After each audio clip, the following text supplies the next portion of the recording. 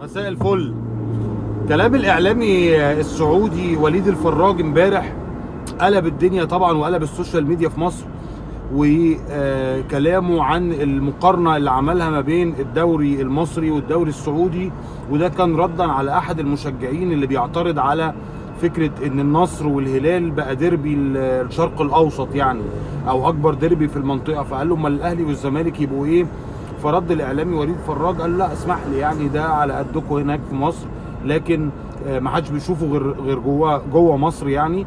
لكن اتفرج على الاسماء اللي موجوده في النصر واللي موجوده في الهلال، ويعني حاول تتاقلم مع المرحله اللي جايه. فانا عندي بس تعقيبين عايزين نقسم، عشان الكلام امبارح مدخل الحكايه كلها في بعضها. عايزين نقسم كلام الاعلامي وليد فراج على جزئين. الجزء الاول كلامه على الكره المصريه، وانا شايف او من المجموعه اللي شايفه ان الكلام يتبصم عليه بالعشر، والكلام ده كلنا بنقوله. احنا عندنا دوري ضعيف، عندنا دوري ضعيف، عندنا اخراج على ما تفرج، عندنا اخراج على ما تفرج، عندنا فار عباره عن كشك او اوضه فيها تلفزيون بدون اي تقنيات وبدون اي حاجه وبدون كاميرات، لان الفار كده كده عشان حضرتك تقدر تستفيد من كل امكانيات الفار ان يبقى عندك كذا كاميرا جايبه كذا زاويه. ما ينفعش يبقى الفار جايب زاويه او زاويتين، انت المفروض يجيبها لي من كل النواحي.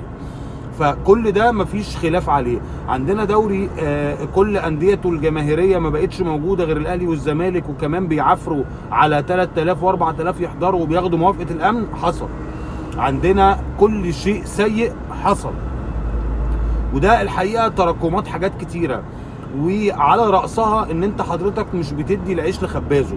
يعني ايه؟ يعني حضرتك رئيس اول رابطه للانديه المصريه في مصر هو الاستاذ والله ما فاكر اسمه، احمد دياب. احمد دياب انا الحقيقه ما اعرفش تاريخه قبل السنه دي كان ايه في كره القدم. يعني هو فجاه صعد علينا نادي فيوتشر وبقى هو رئيسه، وكمان بقى هو رئيس رابطه الانديه. طب ما تيجي تدور على مؤهلاته هتلاقي ان هو عضو برلمان، ابوه كان رجل اعمال، يعني هتلاقي شويه حاجات كده ليها علاقه ان هو من الموثوق فيهم، مش من اهل الخبره ومن اهل المجال ومن اهل الشغلانه. هو واحد الناس بتثق فيه في البلد، فراحوا جايبينه حاطينه قالوا له ايه؟ دير منظومه الكوره. هو طبعا والاستاذ جمال علام اللي برضه ما سمعناش عنه في طبق اليوم، مع احترامي ليه يعني، ما سمعناش عنه في طبق اليوم بالنسبه لكره القدم. فبالتالي انت مش مدي الشغلانه لاهلها، فبيحصل ايه؟ بيحصل جمايل وبيحصل قرارات غلط وبيحصل استراتيجيات مش مظبوطه، ده اذا كان في استراتيجيات من اساسه يعني، وبيحصل كل شيء يؤدي لزحلقه الكوره المصريه في المستنقع اللي انت شايفه ده دلوقتي. ده الجزء اللي يخص الكره المصريه في كلام وليد فراج.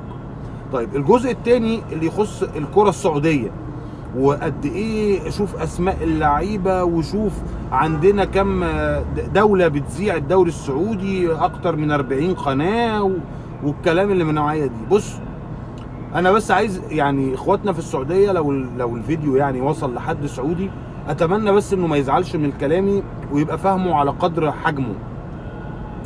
انا مش شايف الحقيقه اي ابداع. يعني حضرتك لو اديتني رزمه فلوس وقلت لي انزل اشتري كذا هنزل اشتري. فانت لما تكون بتغرف من البير تطلع فلوس تروح تجيب بيها كريستيانو رونالدو، وتروح تجيب بيها كانتي، وتروح تجيب بيها كريم بنزيما، تروح تجيب بيها ماني، وتروح تجيب بيها الناس دي كلها، على راسي. بس ايه الابداع؟ ما انا لو معايا نفس الفلوس هجيب نفس الناس. يعني ايه الكرياتيف؟ ايه القصه يعني؟ انت عملت ايه؟ بس هل ده هيطلع الدوري السعودي في مكانه تانية؟ انا شخصيا اشك، اتمنى بس اشك. ليه؟ لان اداره المنظومه نفسها مختلفه. الموضوع مش في كام لعيب اسمهم عالمي. يعني بعد ما انت خدت كل اللعيبه العالميه دي، ايه اللي هيحصل؟ اللي هيحصل ان الدوري الانجليزي هيفضل هو الدوري الانجليزي، والدوري الالماني هيفضل هو نفس الدوري الالماني، والدوري الايطالي هو الدوري الايطالي. هي دي الدوريات اللي بتتشاف، طبعا مع الدوري الاسباني طبعا. هي دي الدوريات اللي بتتشاف الى حد كبير. مهما كان الاسماء اللي جواها. الاسماء اللي انت خدتها من الدوري الانجليزي هتترابلس ويتبدل مكانها ناس، وهي الناس دي اللي هتبقى الاسماء الجديده، اللعيبه العالميه اللي على مستوى العالم. وهيفضل الناس في مصر تتجمع على القهاوي، وفي المغرب وغيرها تتجمع على القهاوي او تتجمع في البيوت لو عندهم وصلة ريسيفر ولا لو عندهم اي حاجه، ويقعدوا برضو يتفرجوا على الدوري الانجليزي باسمائه الجديده. والدوري السعودي اخرنا احنا هنسمع عن يعني فيديو كده نازل شاهد هدف روعه لرونالدو في مرمى الحزم او في مرمى التعاون السعودي مثلا. ده اخرنا، ده رايي انا الشخصي يعني، تاخد بيه ما تاخدش بيه، بس ده رايي. دي حدودها. المليارات اللي انت صرفتها على اللعيبه العالميه هتخلي في رونق للدوري السعودي واسمه بروباجندا، بس مش هيتشاف كانه واحد من الدوريات الكبرى رغم كل الاسماء اللي انت جبتها. مش هيتشاف على انه احد الدوريات الكبرى. عشان بقى يبقى احد الدوريات الكبرى ده لازم له عوامل كتير تانية غير الاسماء العالميه اللي عندك.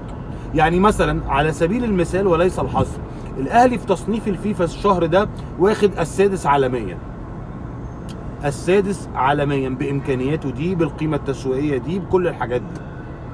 عشان الموضوع مش في القيمه التسويقيه، رغم ان بيراميدز القيمه التسويقيه بتاعته اعلى مني، بس هو ال 54 على العالم في التصنيف. ف القيمه التسويقيه ما شفعتش ومش هي كل حاجه. فانت عندك القيمه التسويقيه للهلال والاتحاد جده وللشباب السعودي وكل الفرق الكبيره اللي عندك اصبحت قيمتها التسويقيه قيمه انديه على مستوى الدوري الانجليزي كقيمه تسويقيه. لكن في الاخر هتروح فين؟ تصنيفك الدولي في الفيفا ايه؟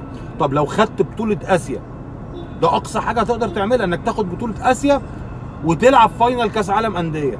اشك انك تاخد كاس عالم انديه، بس حتى لو هفرض انك خدت كاس عالم انديه، تصنيفك هيروح من العشرة الاوائل. دي اقصى حاجه اللي هو الاهلي واخد فيها سادس بدون كل المصاريف دي. شفت المقارنه عامله ازاي؟ فالموضوع مش في الفلوس. بس دول كلمتين كنت عايز اقولهم مع الفارق، لان زي ما قلنا كلام الاعلامي وليد فراج متقسم جزئين، جزء يخص الكره المصريه وجزء يخص الكره السعوديه. اتكلمنا على الجزئين ووضحنا الفرق. شكرا.